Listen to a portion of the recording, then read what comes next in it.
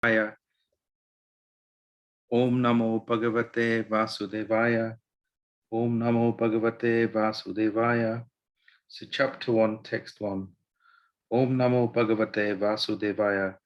Janmane asaya yato nivyat itra das chatasve abhidgana sarvat tana brahma vidya ya adi karve muryanti yat surya vevo vari mritam yata vinimayo yatra trisago misra damana svena sada nirista kukam satyam param dimahi. O my Lord Shri Krishna, son of Vasudeva, O all-pervading personality of Godhead, I offer my respectful obeisances unto you. I meditate upon Lord Shri Krishna because he is the absolute truth and the primeval cause of all causes of the creation, sustenance and destruction of the manifested universes. He is directly and indirectly conscious of all manifestations, and he is independent because there is no other cause beyond him. It is he only who first imparted the Vedic knowledge unto the heart of Brahmaji, the original living being. By him even the great sages and demigods are placed into illusion, as one is bewildered by the illusory representations of water sin in fire or land sin on water. Only because of him do the material universes, temporarily manifested by the reactions of the three modes of nature, appear factual, although they are. I therefore meditate upon him, Lord Shri Krishna, who is eternally existent in the transcendental abode, which is forever free from the illusory representations of the material world. I meditate upon him, for he is the absolute truth. Text 8. Dharma projihita kaitavo tra paramo nirmas shravanam satam vedyam vastavam atra vastu sivadam tapa trayon mulanam Srimad Bhagavate Maha Muni Krite Kim Vapar Air Ishvaraha Sadyo Hridai Avarudyate Tra Kritibhihi Sushrupistat Krishnat. Completely rejecting all religious activities which are materially motivated, this Bhagavata Purana propounds the highest truth, which is understandable by those devotees who are fully pure in heart. The highest truth is reality distinguished from illusion for the welfare of all. Such truth uproots the threefold miseries. This beautiful Bhagavatam, compiled by the great sage Vyasadeva in his maturity, is sufficient in itself for God realization. What is the need of any other scripture? As soon as one attentively and submissively hears the message of the Bhagavatam, by this culture of knowledge, the Supreme Lord is established within his heart.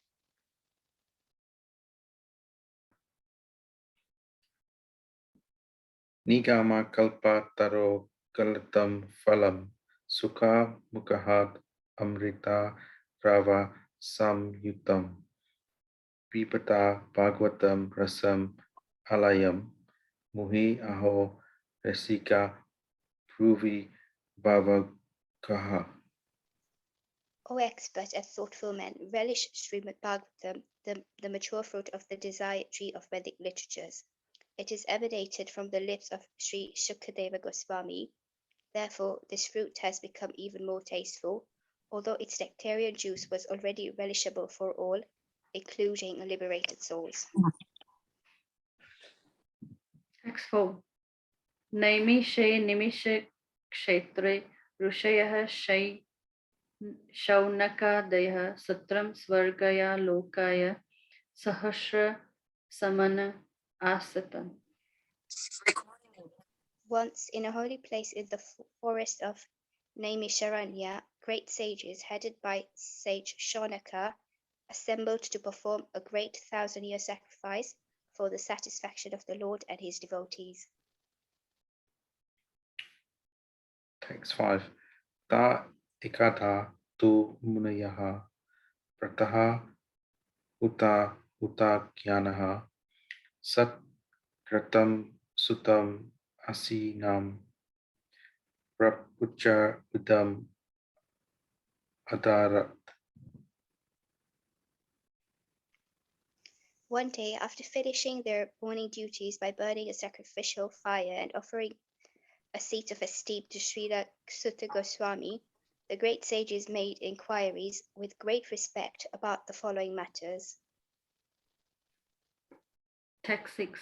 Rishaya Uchahu Tvaya Kalu Puranani Say Itihasani Chanadaha Akhyatani Api Adhitani Dharma Shastrani Yani Utta. The sages say, Respected Sutta Goswami, you are completely free from all vice. You are well versed in all the scriptures famous for religious life and in the Puranas and the histories as well, for you have gone through them under proper guidance and have also explained them. Yani Veda Vidam Shrestho Bhagavan Padrayanaha Anye cha Maniyaha Sutta Parvara Vidoha. Being the eldest learned Vedantist, O Sutta Goswami, you are acquainted with the knowledge of Vyasadeva, who is the incarnation of Godhead, and you also know other sages who are fully versed in all kinds of physical and metaphysical knowledge. Text 8. Vetatvam Saumya Tat Sharavam Tatvatastad Anugraha Bruyaha Snigdasya Shishyasya Guravo Guhyam Api Uta. And because you are submissive, your spiritual masters have endowed you with all the favors bestowed upon a gentle disciple. Therefore, you can tell us all that you have scientifically learned from them. Text 9.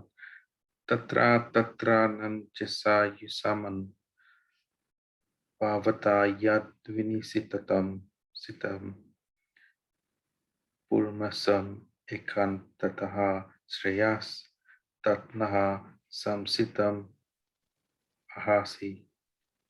Please, therefore, being blessed with many years, explain to us in an easily understandable way what you have ascertained to be the absolute and ultimate good for the people in general. Text 10. Prayena Lpa Yushaha Sabya Kalavasmin Yuge Jana Mandaha Suman Damatayo Mandabhagya Rupa Druta. O learned one, in this iron age of Kali, men almost always have but short lives. They are quarrelsome, lazy, misguided, unlucky, and above all, always disturbed. Hare Krishna, thank you. Thank you, Chetna Mataji. Thank you, Girish Prabhu. And I guess that was your wife who was reciting. I don't know her name. Falguni. Falguni. Thank you, Mataji, for reciting. I do understand that reciting the Bhagavatam shlokas, actually Bhagavatam or Bhagavad Gita Sanskrit shlokas is never easy. But, it's really inspiring that you tried. And like we say always, in spiritual life, it is the endeavor that matters. My suggestion is for anybody who wants to kind of get better at reciting the shlokas, there are lots of YouTube videos where we have ISKCON devotees reciting these shlokas, and it always helps to listen to them. That's one way of kind of getting used to the meter and the pronunciations of the words. So I would encourage all of you, if you get the chance, whenever, like, you're cooking or you're doing something, just try and listen to these devotees reciting the shlokas. It's really wonderful way of learning. That's how we used to learn when we were doing different courses, that was what was suggested to us. So yeah, thank you very much. And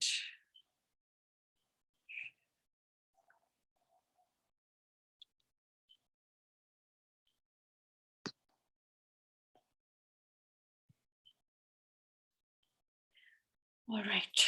Okay, so we are doing verse 9 today. Before we start reading the verse, we'll just offer our prayers.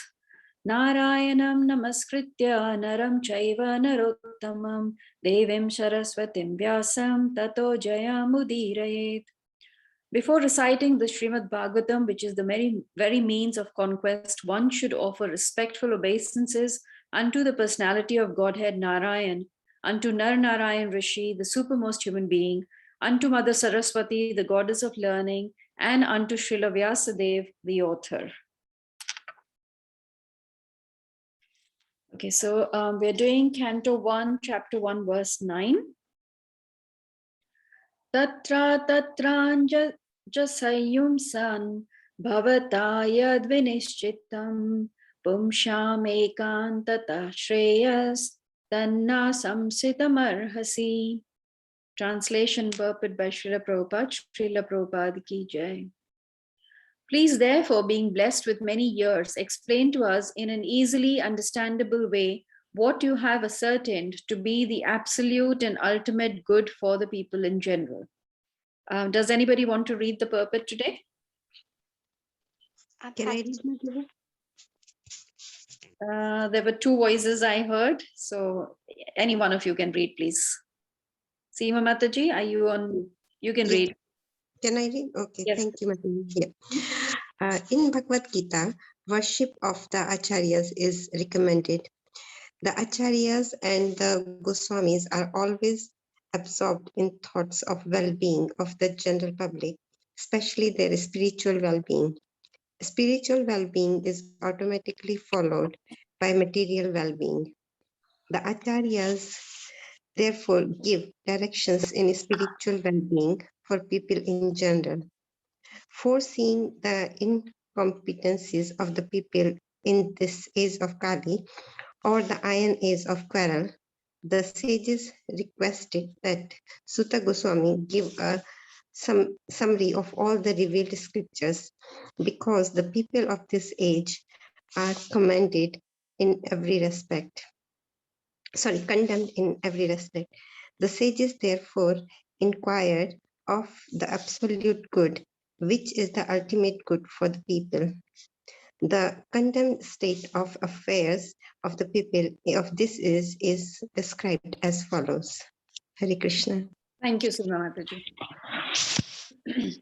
Om Ajnanatimirandasya Gyananjana Shalakaya Chakshurunmilitam Yena Tasmai Shri Guruve Namaha.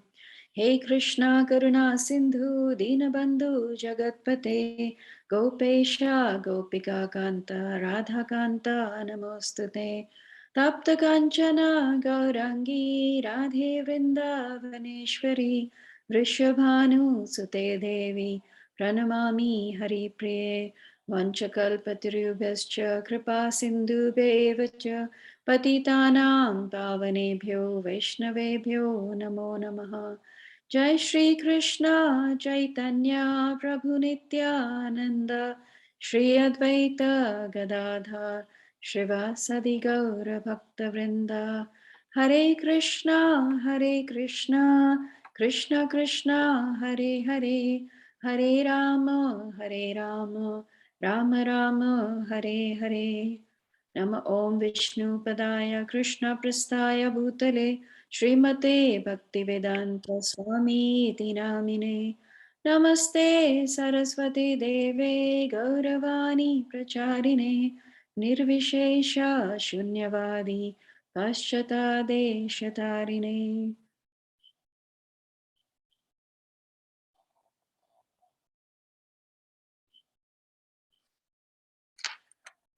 Okay, so so in the previous verse, we saw that Sutta Goswami was selected to answer the questions of the sages because he had received this knowledge perfectly. And why did he receive the knowledge perfectly? Because he was submissive, a sincere student, and that, as we can see, is the main qualification for receiving spiritual transcendental knowledge. So we've seen that Sutta Goswami has been chosen because of his qualifications. And now, as we know, this chapter is entitled Questions by the Sages. So in verse 9, this is where the first question by the sages is being asked. The sages will ask 6 questions to Sutta Goswami. And this is the first question. All right. So in this question, what they are asking is how, what is the process by which the general public can understand what is the ultimate good for them? That is the question that's being asked, right? So the first question they're asking is, what is the best way of achieving the highest goal of life?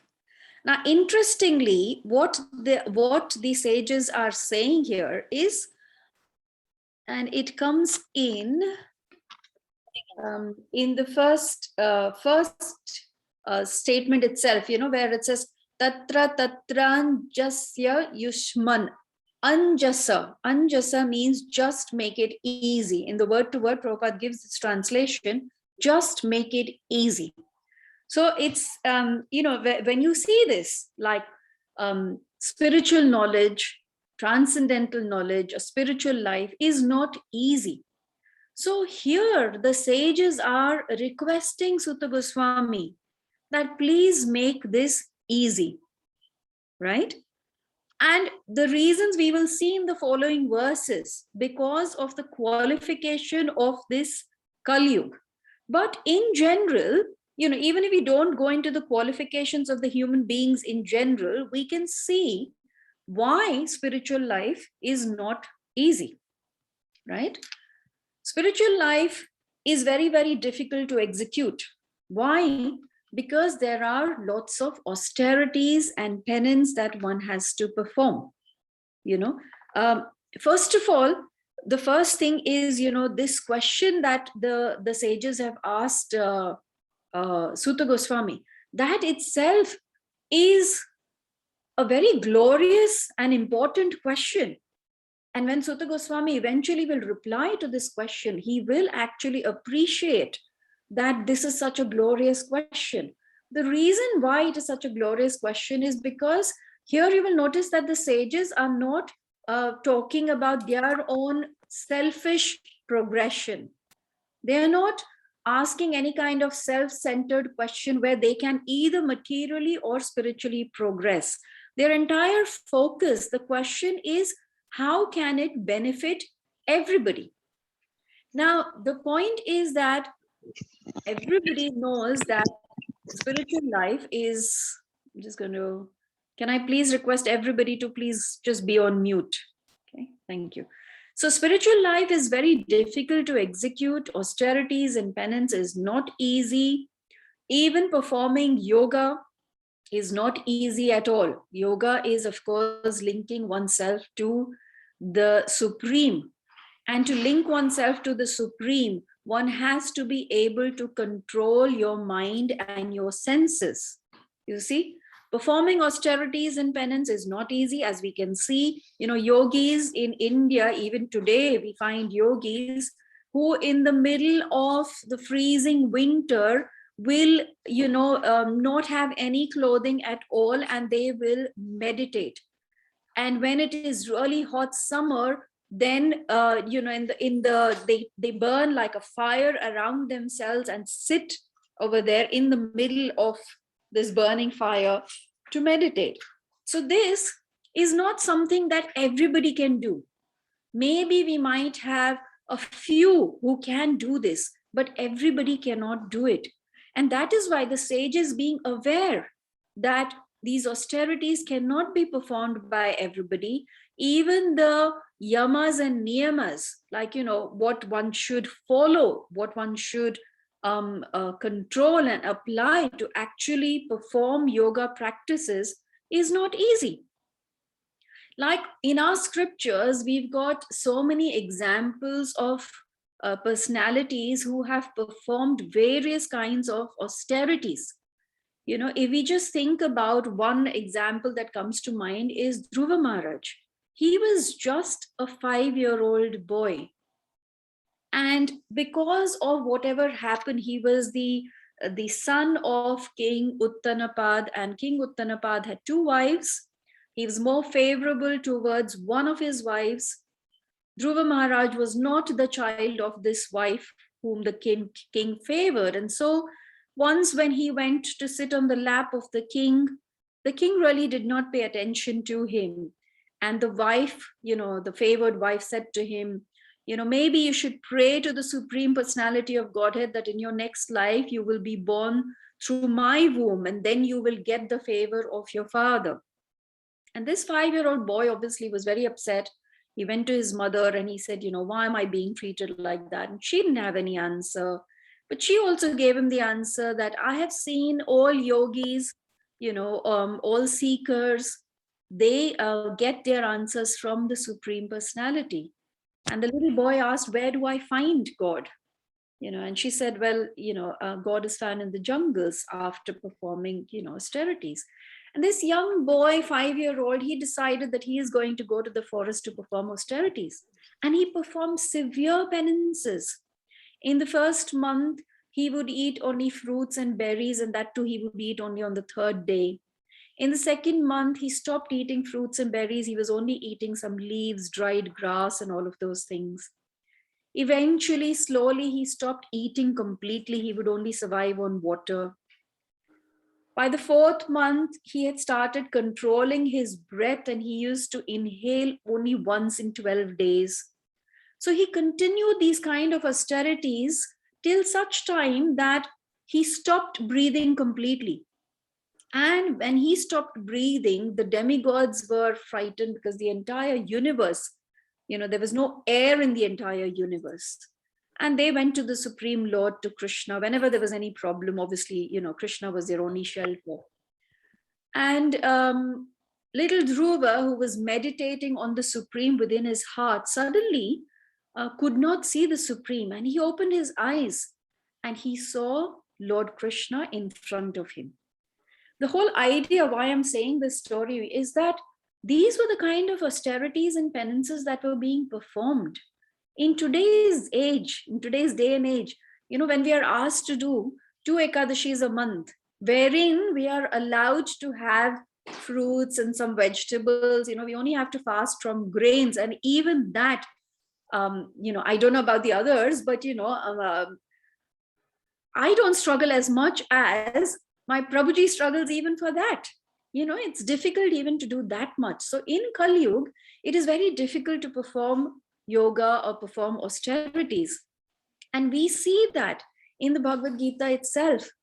You know, yoga is controlling the senses, controlling the mind. But Arjuna, in the 6th chapter of the Bhagavad Gita, 634, he says, Chanchalam hi mana Krishna pramati balavadridam. Tasyaham nigraham manye vayor iva sudushkaram. The mind is restless, turbulent, obstinate, and very strong, O Krishna. And to subdue it, I think, is more difficult than controlling the wind.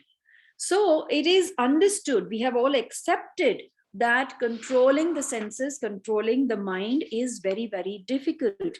And in this material body, we are under the influence of the modes of material nature. We will have various kinds of problems, various kinds of pains and pleasures. And thus, these sages, knowing all of these things, preempting these problems, are requesting Sutta Goswami that please make it easy. In the purport, Prabhupada writes, the Acharyas and Goswamis are always absorbed in thought of the well-being of the general public, especially their spiritual well-being. Obviously, the Acharyas, Goswamis understand that the physical body is temporary, the material body is temporary. Yes, it needs to be looked after, but the main focus is on the spiritual well-being, because the spiritual body is eternal. The spiritual soul is eternal. And these sages, these Goswamis are, like I said, they are not selfish. They are always thinking of the well-being of the general public. We see that even in our parampara. And Prabhupada talks about it. He talks about the Shad Goswami, the 6 Goswamis. How many of you know the names of these 6 Goswamis? If anybody knows, please would you either unmute yourself, or just, so let's get the names of these 6 Goswamis. Hare Krishna Mataji. Yes, Sanatan Goswami. Sanatan Goswami, Rupa Sorry, Goswami. one second. Jiva Goswami. Let's not all shout at Hema Mataji. Can you give me 2 names, please? 3 names. Okay, Sanatan Goswami and Rupa Goswami. Thank you very much. And who was the other Mataji was speaking? I can Yes. say 2 names. Kusum Mataji, yes, please. Jiva Goswami and Raghunath Das Goswami. Yes, thank you. Anybody else? Raghunath Bhatta Goswami and Yes. Krishnadasa Kaviraja Goswami. So Krishnadas Kaviraj Goswami is the author of Chaitanya Charitamrita, but he does not come under the Shad Goswami. It is Gopal Bhatta Goswami. Gopal Bhatta. Yeah.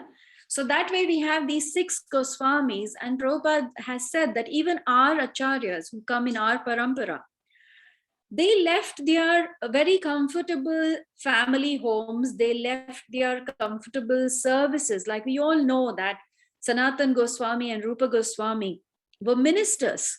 They were in very, very good positions materially. But they left all of that. Raghunath Das Goswami, Raghunath Bhatt Goswamis came from very learned Brahmana families.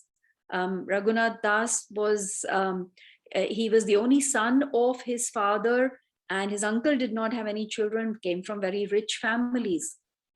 But they all left their comfortable living conditions, their service, and they came to Vrindavan. And what one has to bear in mind is that today Vrindavan is a hustling and bustling city.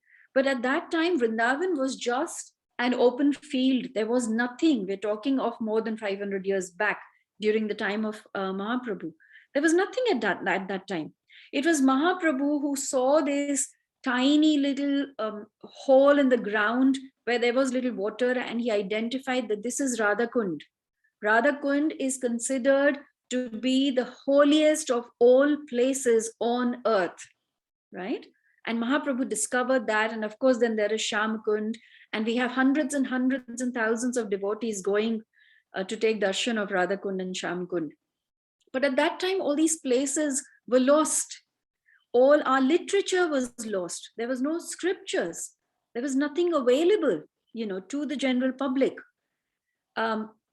So these Goswamis, they, on the orders of Mahaprabhu, they went to Vrindavan. They looked for places where Krishna performed his leelas. They looked for all our scriptures. And, there have been so many scriptures written by these Goswamis. And Jiva Goswami is considered to be the topmost scholar. His books are even today studied in many places, of course. Banaras Hindu University, I believe, has one of the biggest collections of Jiva Goswami's writings. So these Goswamis, seeing what is going to be the future if there is no scriptures, earlier, yes, everything used to be oral, just by listening.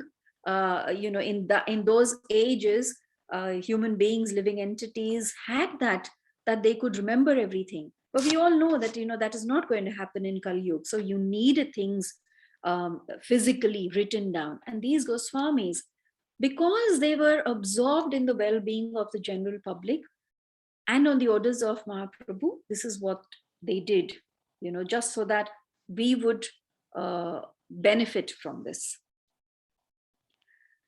So then in the verse, it says, Pumsham ekantata shreyas. So we are in this material world because of whatever offenses we have caused, but we are in this material world. We have to realize that our real business is to re-establish our lost relationship with Krishna, to become Krishna conscious. And Krishna conscious can be developed absolutely like ekantata, and that is the ultimate good for us. So here the word Shreya is used, which is the ultimate good. And on this forum, we have spoken before about Shreya and prayer, two kinds of benefits. There are two kinds of benefits. Shreyas is the long-term welfare and prayers is the short-term welfare, you know.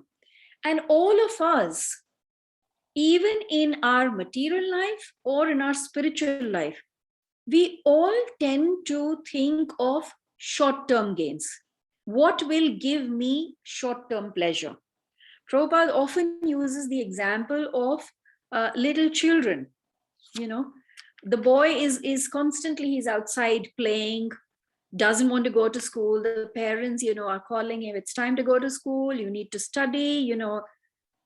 The reason is because the child is not intelligent enough to see the long-term good of educating himself. But the parents know that if he is just going to play and not get an education, then what will the future be? You know, all of us also, see, we can see that eating, you know, various kinds of delicious prasad is great. It makes us really happy.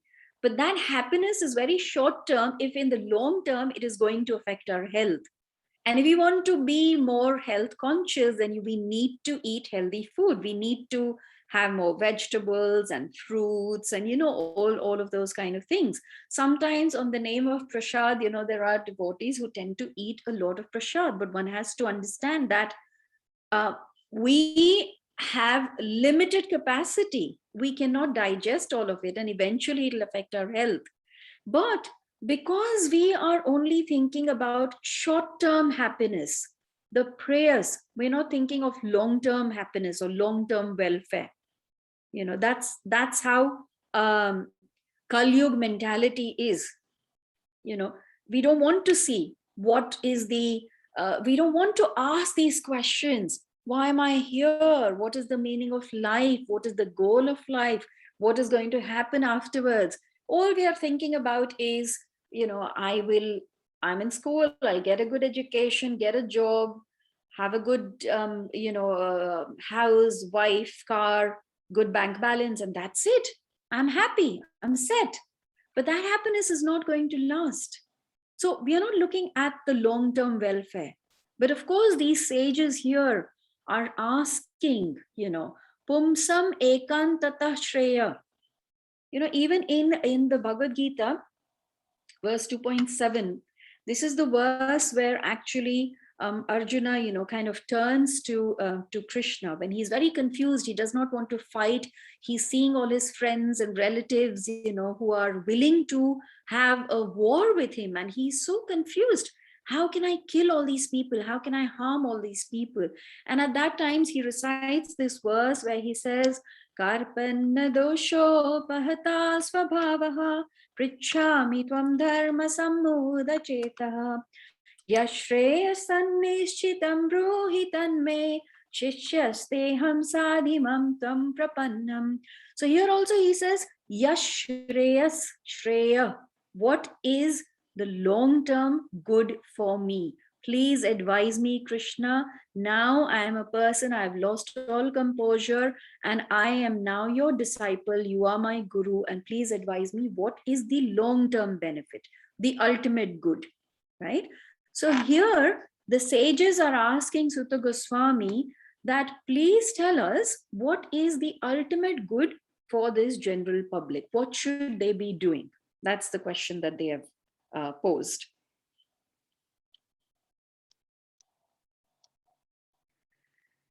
Now, we all should actually be inquisitive. What is the ultimate benefit of life? Does anybody have the answer? What is the ultimate benefit of life? Not the regular speakers. Let's have somebody else. What is the ultimate benefit of human form of life? Anybody? I'm sure you all have the answers. Hare Krishna Mataji. Hare Krishna Mataji. There were two speakers. Who was the first one, please? I couldn't see the name. I think it's Sunita. Yes, please. Go ahead. Hare Krishna Mataji. Please accept my humble obeisances. Srila Prabhupada. Yes. To my understanding is to revive our relationship with Krishna. Yes. That's our goal of life. Yes, that is the ultimate benefit. Anybody else? Any other point? Yes, reviving our relationship. Anything else that one can think Mataji, Hare Krishna to you. My humble obeisances to you. of? And humble obeisances to Prabhupada ji as well. I just wanted to say, my simple saying is this, that chant Hare Krishna and be happy. Okay. You know, Yes. and the relationships does awaken once you start chanting. Correct. Yes. Yes, that is right. All right. Now, Thank you.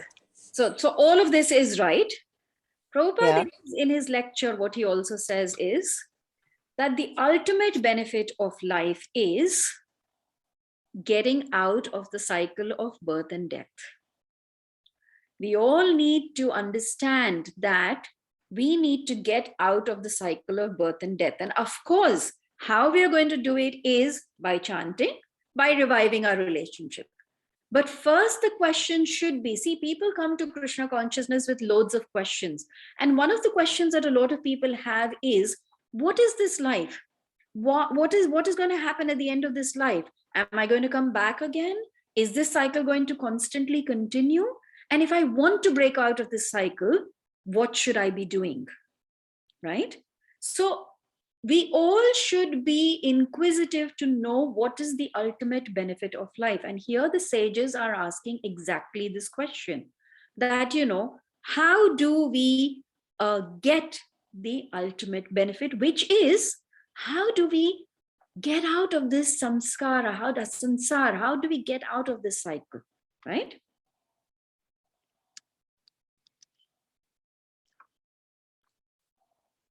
Then in the purport, Prabhupada talks about that spiritual well-being is automatically followed by material well-being. Now, does that mean that if a person is spiritual, he does not have any problems in his life? Does that mean that he will not have any disease? He will not have any kind of material problems? Will he not face any kind of financial issues? Does it mean that? No, it does not mean that. It does not mean that. But what it means is that when a person takes shelter of Krishna, he realizes his consciousness towards all of these problems changes. Yes, he still may encounter problems. And we know for a fact that devotees all around the world, we've seen so many devotees having so many problems, different kinds of problems, health issues, devotees stricken by cancer. We've seen, in this past couple of years, because of COVID, people have lost their family members, have lost their jobs. They are in difficult situations, financially, emotionally, physically, always. So it's not that there are no problems, but Krishna says in the Bhagavad Gita, and this is one of my most favorite verses, it's just so beautiful to even recite. So this verse, it says 9.22, Ananyas chintayanto mam ye jana paryupashate tesham nityabhiyuktanam yoga shemam vahamyaham. So Krishna says, but those who always worship me with exclusive devotion, meditating on my transcendental form, to them I carry what they lack and I preserve what they have. So we must have the faith that, yes, we will have material difficulties, but Krishna is with us. Spiritually, Krishna is with us. Krishna is looking after us. Whatever we are facing is eventually in the bigger picture for our well-being. Because Krishna is promising us that. In the Bhagavad Gita, Krishna is promising us that. Prabhupada is saying that spiritual well-being is automatically followed by material well-being. Because once a person becomes spiritual, once a person understands the purpose of this life, he realizes that this material life is temporary. I am here because of my past deeds. I may have good and bad reactions to it based on whatever karma I have done, but Krishna will give me the strength to tolerate and bear it. You know, that's what it is. So we have that faith in Krishna.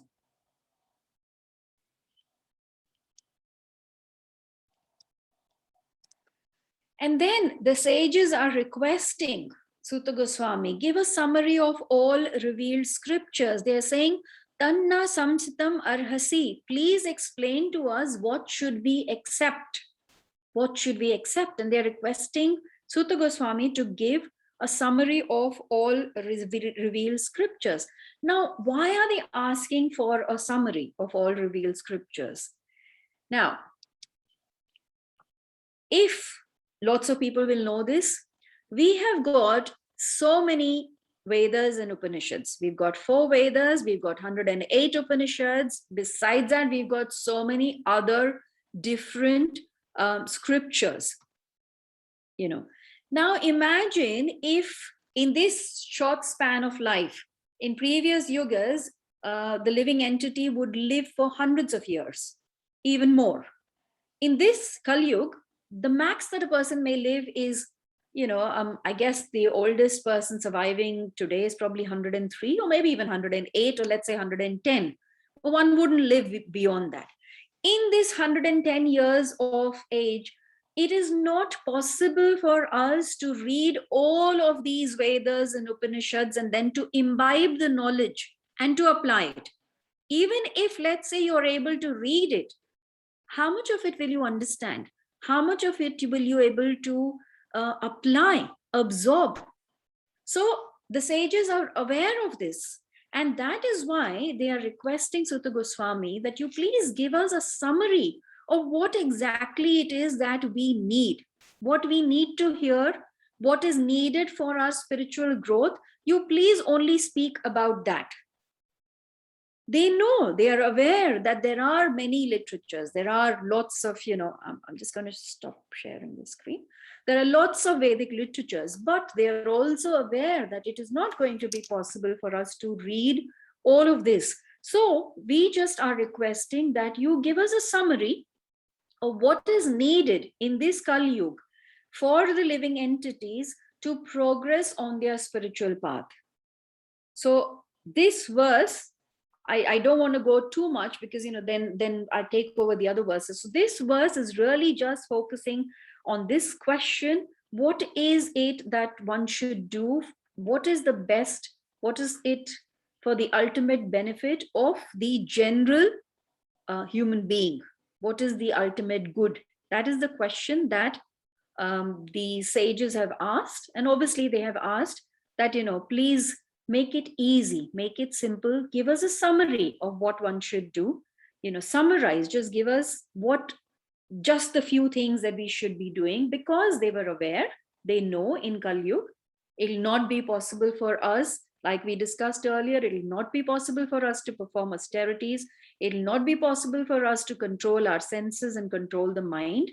So please give us the easy way of realizing ourselves. So that's this verse. I hope it's okay. We've we've discussed this verse. If there are any realizations that you would like to share, then please unmute yourselves and do please share. Hare Krishna, Mataji. Hare Krishna, Namrata Mataji.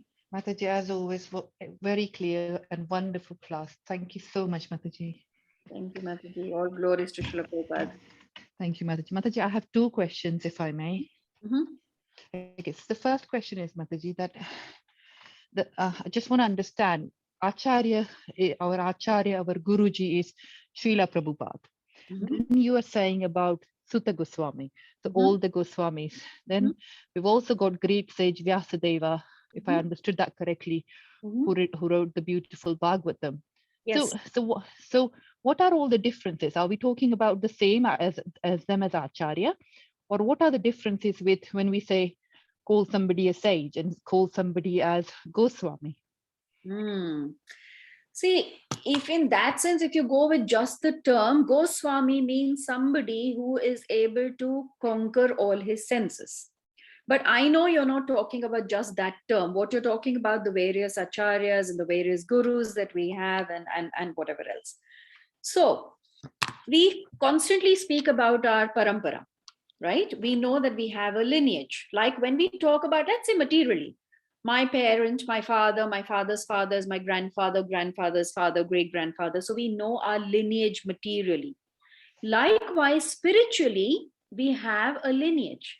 So Srila Prabhupada's guru was Srila Bhakti Siddhanta Saraswati Thakur. His guru was Gaur Kishore Das Babaji Maharaj. His guru was Bhakti Vinod Thakur. So like that, we have a lineage. And if you take the physical copy of the Bhagavad Gita as it is, after the introduction, I believe, before the chapter 1 starts, you will see that this whole parampara has been written down, right from Krishna to Brahma, because you know Brahma was the first. We are reading in the Bhagavatam how Krishna gave this knowledge to Brahma from within his heart, and then Brahma gave it to his children. Narad Muni comes in our parampara, so Narad Muni becomes our guru. So like that, this knowledge, this transcendental knowledge has been given from one to the other. And so all of these acharyas that we speak about, they come in our parampara. So they were there before all of, right now we're looking at this particular, let's say 50, 60, 70 years back. But there have been acharyas and gurus before that, 400 years back, 500 years back, thousands, whatever. And if you see the Bhagavad Gita, today, if you have the Bhagavad Gita as it is, I would strongly recommend, please go over there. I think it comes just before the chapter 1 starts. The whole parampara has been written down. So we address all of these gurus and acharyas in our parampara as acharyas because they all are keen players in this a play where they have given this knowledge to their disciples, and that is how this knowledge has then come down till now to us. Srila Prabhupada then is giving the knowledge to everybody. So like that, And yes, if you talk about the literal meaning of Goswami, it means somebody who is able to control all his senses. And when Mahaprabhu came, more than 500 years back, Mahaprabhu is Krishna himself, you see. But Mahaprabhu's direct associates were these 6 Goswamis. Sanatan Goswami, Rupa Goswami, we spoke about them. So these six Goswamis were directly instructed by Mahaprabhu to excavate areas where Krishna performed his Leela and to write books about our Vaishnavism, because all of these teachings were getting lost. So these 6 Goswamis come in our parampara, and then they, obviously then they had their disciples, and like that, the lineage has continued. Okay, understood, Mataji. That was very clear. Hare Krishna. Thank you for that, Mataji. Second question, Mataji, if I may. So, Mataji, I've got, whenever I talk to my work people, somehow or the other, if they are, when they normally ask, what do you do in your day? And I always try and talk about doing my mala. And they say, oh, what is it? I said, oh, we call it mantra meditation. And then, I've got very young interns who work for me. They're saying, oh, what is it about? So I said, would you want to read it? So I gave them all Chant and Be Happy book, because I think that's an easy book to read. And then obviously we can go to Bhagavad Gita. So one of the interns, Mataji, asked me, he said to me today that he loved reading the book, and he also gave it to his brother, which I thought was really nice of him. Now, after that, Mataji, it just struck me because I wasn't able to give him an answer. He said to me that he started doing mantra meditation. I said, oh, that's wonderful. But obviously he's a Muslim, Mataji. So he started saying his own God's name, and he was asking me about the beads. So obviously I would want to give him the beads, but when he suddenly said to me, because he's a Muslim, the good thing is he wanted to still read the book, which is brilliant. And then he said, now I do mantra meditation, Namrata, every morning, but I say my Lord's name. And that's okay, right? And Yes. I just couldn't give an answer, Mataji. No, so first thing, what I'm going to say is that probably a lot of people, I don't know if you all are aware, maybe you are, but you look it up and do some research on this. But chanting on beads is not something that only Hare Krishna devotees do.